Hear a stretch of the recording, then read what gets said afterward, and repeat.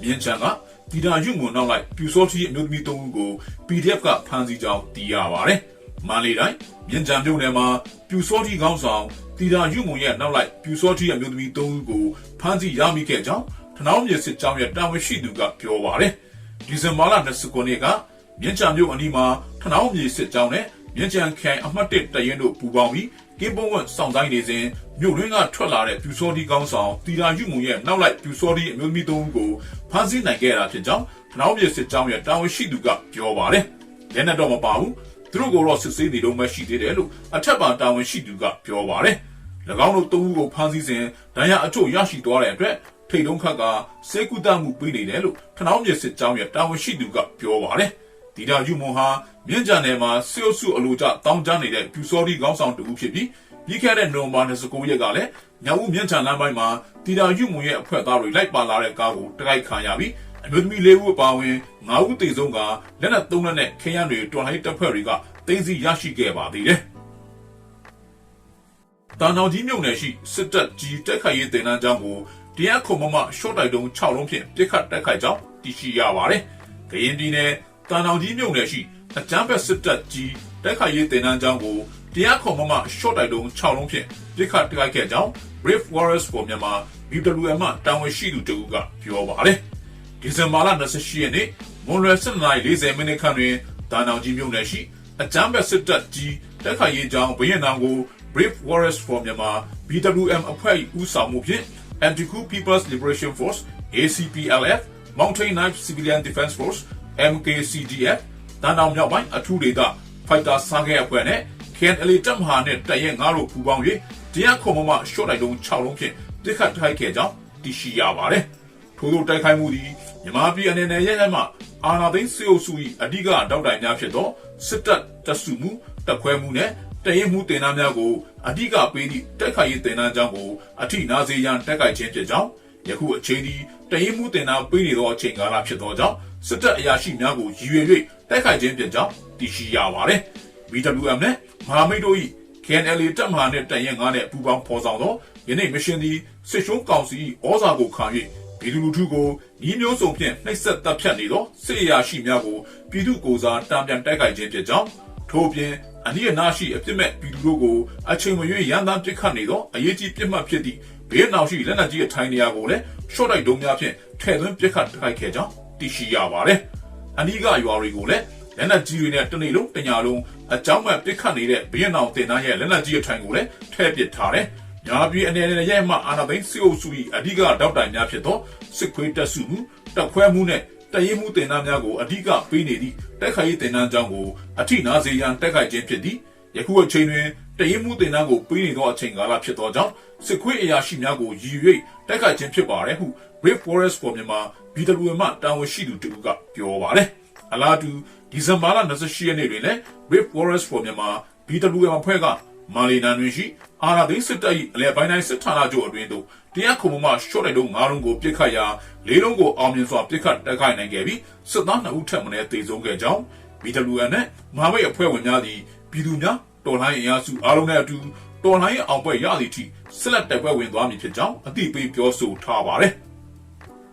တင်စရက်တွင်ရွေးကောက်ပွဲအတွက်လုံခြုံရေးပေးရန်ထွက်လာသော200ခုတရင်မှစစ်သားများကိုရော့ကက်များဖြင့်ပစ်ခတ်တိုက်ခိုက်ကမြန်ကြံတွင်လည်းပြူစောကြီး3ဦးကိုအရှင်ဖမ်းမိကြောင်းသိရပါတယ်။ဝန်ပြည်နယ်တင်စရက်မြို့တွင်ရွေးကောက်ပွဲလုံခြုံရေးပေးရန်ထွက်လာသော200ခုတရင်မှစစ်သားများကိုရော့ကက်များဖြင့်ပစ်ခတ်တိုက်ခိုက်ခဲ့ကြောင်းဘိုးခရိုင်ပကဖခရိုင်တာဝန်ခံကပြောပါတယ်။ဒီဇင်ဘာလ28ရက်နေ့တွင်ကြိုက်ထိုမြို့နယ်တင်စရက်မြို့တွင်အကြမ်းဖက်စစ်တပ်ကတရားမဝင်ရွေးကောက်ပွဲကျင်းပနိုင်ရေးလုံခြုံရေးပေးရန်ထွက်လာသော200ခုတရင်မှစစ်သားများကိုတော်လှန်ရေးတပ်ဖွဲ့များကရော့ကက်များဖြင့်ပစ်ခတ်တိုက်ခဲ့ကြောင်းအဆိုပါပစ်ခတ်တိုက်ခိုက်မှုတွင်အကြမ်းဖက်စစ်တပ်ဖက်မှစစ်သားများထိခိုက်ဒေဆုံးမှုရှိနိုင်တော်လဲအတည်ပြုနိုင်ခြင်းမရှိသေးကြောင်းသိရှိရပါတယ်။စစ်ခွေးတွေဘက်ကထိခိုက်ဒေဆုံးမှုရှိနိုင်ပေမဲ့အတိအကျမသိရသေးဘူး။ကြိုက်ထိုမြို့နယ်တင်စရက်မြို့မှာရွေးကောက်ပွဲကျင်းပနေခြင်းကို200ခုတပ်ကတော်လှန်ရေးနယ်မြေထိလာကာနေလို့ရော့ကက်တွေနဲ့ပစ်ခတ်တိုက်ခဲ့တာပါ။စစ်ကောင်စီကပြုလုပ်တဲ့ရွေးကောက်ပွဲဆိုတာမဟာလာသမရဖြစ်ဖို့ပါပဲ။တရားလည်းမဝင်သလိုအတိမှလည်းမပြုပါဘူး။ကျွန်တော်တို့ကတော့အာဏာရှင်ကိုအဆုံးထိဆက်ချသွားမှာပါဟုဘိုးခရိုင်ပကဖခရိုင်တာဝန်ခံကပြောပါတယ်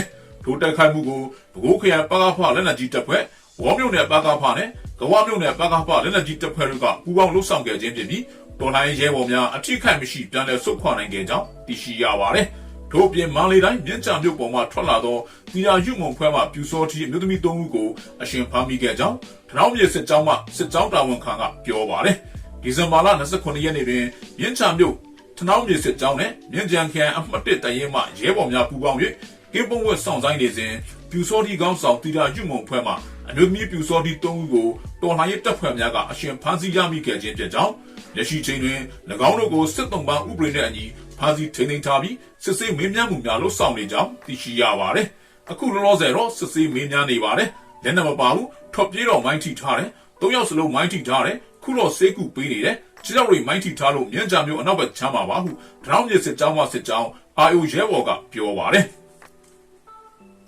လက်တမ်းမြင်စွန်းသူများကိုသာစာအုပ်စီရောက်ပေးပြီဟုအကြက်ကင်တော်လဲမဲလာထက်သူနေပါကြောင်းသိရပါတယ်။ပဲခူးတိုင်းတောင်ဦးမြို့တွင်စစ်ကော်မရှင်ကကျင်းပသည့်အတူရောက်ရွေးကောက်ပွဲ၌မဲလာပေးသူများပြားစေရန်အတွက်လက်တမ်းမြင်စွန်းသူများကိုသာစာအုပ်စီရောက်ချပေးပြီဟုအကြက်ကင်လှုပ်ဆောင်နေတော်လဲမဲယုံများတွင်လာရောက်မဲပေးသူအလွန်နှဲပါနေကြောင်းသိရှိရပါတယ်။ဒီဇင်ဘာလ28ရက်ရွေးကောက်ပွဲကျင်းပသည့်နေ့တွင်တောင်ဦးမြို့၌အခြေခံလူဒန်းစားများအတွက်စာအုပ်စီရောက်ချပေးခြင်းကိုတပြိုင်တည်းပြုလုပ်ခဲ့ပြီးစီဝဲယူလိုပါကမဲပေးပြီးကြောင်းတသက်ရဖြစ်လက်သားမင်စွန်းထားသည်ကိုပြသနိုင်မှသာရောင်းချပေးခြင်းဖြစ်ပါတယ်။ကျွန်မကတောင်ဦးမြို့ရက်ကွက်30မှာနေပါတယ်။မဲမထိုက်ခင်လေးစောင်းစီရောင်းပေးတယ်ဆိုလို့သွားတန်းစီကြစီရောင်းပေးတဲ့သူကလက်သားမင်စွန်းမှရောင်းပေးမယ်လို့ပြောလို့ငွေရပဲပြန်လှည့်ခဲ့ရတယ်ဟုရက်ကွက်30မှာအမျိုးဖော်လို့သူအမျိုးသမီးတူကပြောပါတယ်။အဆိုပါစောင်းစီကိုတပိတ်သားနဲ့1500ကျပ်နှုန်းဖြင့်ရောင်းချပေးနေခြင်းဖြစ်ပြီးစစ်ကောင်ရှင်သည်ရွေးကောက်ပွဲကျင်းပသည့်နေ့တွင်ပြည်သူများမဲယုံတို့မဖြစ်မနေလာစေရန်အတွက်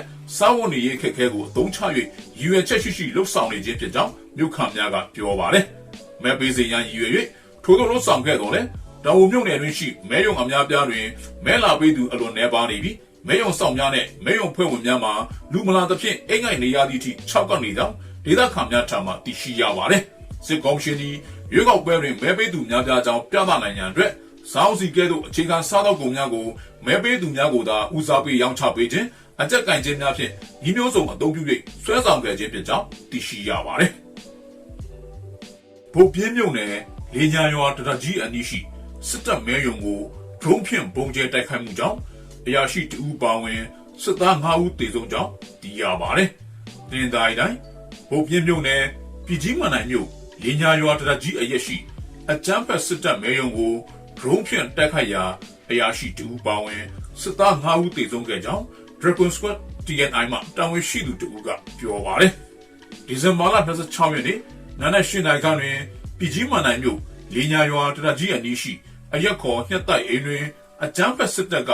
အတုအယောင်ရွေးကောက်ပွဲကျင်းပနိုင်ရန်မဲယုံပြုလုပ်နေစဉ်တော်လှန်ရေးတပ်ဖွဲ့များကဒရုန်းဖြင့်ပုံကျဲတိုက်ခိုက်ခဲ့ကြောင်းသိရှိရပါတယ်။ထိုတိုက်ခိုက်မှုတွင်အကြမ်းဖက်စစ်တပ်ဘက်မှအရာရှိ2ဦးပါဝင်စစ်သား5ဦးသေဆုံးကထိခိုက်ဒဏ်ရာရရှိသူများလည်းရှိကြောင်းတိုက်ခိုက်မှုပြုလုပ်ပြီးနောက်အကြမ်းဖက်စစ်တပ်ကလက်နက်ငယ်များဖြင့်ရန်သားပစ်ခတ်မှုများလုပ်ဆောင်ခဲ့ကြောင်းသိရှိရပါတယ်။ပြည်ကြီးမန်နိုင်မြို့လင်းညာရွာတရကြီးအနီးကနှစ်တိုက်အိမ်မှာစစ်ခွေးတွေကပြုလုပ်မဲ့အတုရောင်ရွေးကောက်ပွဲအတွက်ပြင်ဆင်ထားတဲ့မဲပေးရုံကိုဒရုန်းနဲ့ပုံကျဲတိုက်ခိုက်ခဲ့တာပါ။အဲဒီတိုက်ခိုက်မှုမှာစစ်ခွေးအရာရှိအပါအဝင်မဲယုံအတွက်လုံခြုံရေးယူပေးထားတဲ့စစ်ခွေး9ကောင်ထိခိုက်သေဆုံးမှုရှိတယ်ဟု Dragon Squad TNI မှတာဝန်ရှိသူကပြောဆိုပါတယ်။အဆိုပါတိုက်ခိုက်မှုကို Dragon Squad TNI အဖွဲ့ကော့သောင်းခရိုင်အမှတ်1တပ်ရင် SOF တပ်ခွဲနဲ့ဗိုလ်ပြင်းပကဖတို့ကပူးပေါင်းလုပ်ဆောင်ခဲ့ပြီးတော်လှန်ရေးရဲဘော်များအထက်အခိုက်မရှိပြန်လည်ဆုတ်ခွာနိုင်ခဲ့ကြောင်းသိရှိရပါတယ်။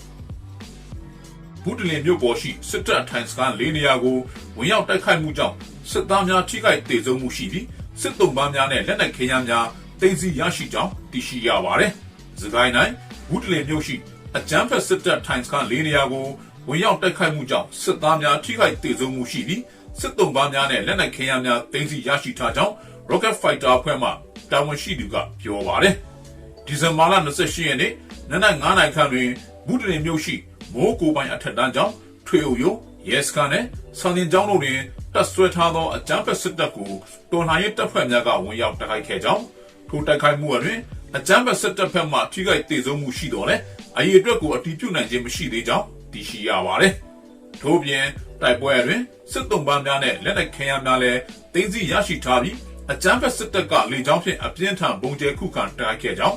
တိုက်ခိုက်မှုပြုလုပ်ပြီးနောက်တော်လိုင်းရဲဘော်များပြန်လည်ဆုတ်ခွာနိုင်ခဲ့ကြောင်းသိရှိရပါတယ်။စစ်ခွေးအင်အားကတော့90လောက်ရှိတယ်။စစ်ခွေးတွေရဲ့တေပြောက်ကိုတော့ကျွန်တော်တို့စုံစမ်းနေသေးပါ။ဘန်ကာတွေတော့ရထားတယ်။နက်နက်9နိုင်ကနေမိုးနဲ့တနိုင်ခွဲအထိပါ။စစ်ခွေးအထိုင်ချတပ်ဆွဲထားသောနေရာလေးခုကိုဝင်ရောက်တိုက်ခိုက်တာပါ။စစ်ခွေးတွေထိခိုက်ဒေဆုံးမှုရှိပါတယ်။စစ်ခွေးအရှင်ဖမ်းမိတာတွေလက်နက်ခဲယမ်းတွေလည်းတင်းစီရမိပါတယ်။မြို့ကိုထိန်းချုပ်ဖို့လည်းကြီးလိုအပ်ပါတယ်ဟု Rocket Fighter အဖွဲ့မှကိုလာပြေကပြောဆိုပါတယ်။အဆိုပါတိုက်ခိုက်မှုကို Rocket Fighter ပြည်သူ့ကာကွယ်တပ်ဖွဲ့ညာဦး KI ရင်တုံးချင်းရင်းနေဦးတော်နိုင်အင်အားစု CSRAF မြို့ကြပြောက်ကြားတပ်ဖွဲ့ CSRAF ဗမာ Army ဒေါမျိုးဆက် Civil Armed Force PO SBTF အောက်ဆီဂျင်တို့ကပူးပေါင်းလှုပ်ဆောင်ခဲ့ခြင်းဖြစ်ကြောင်းသိရှိရပါတယ်။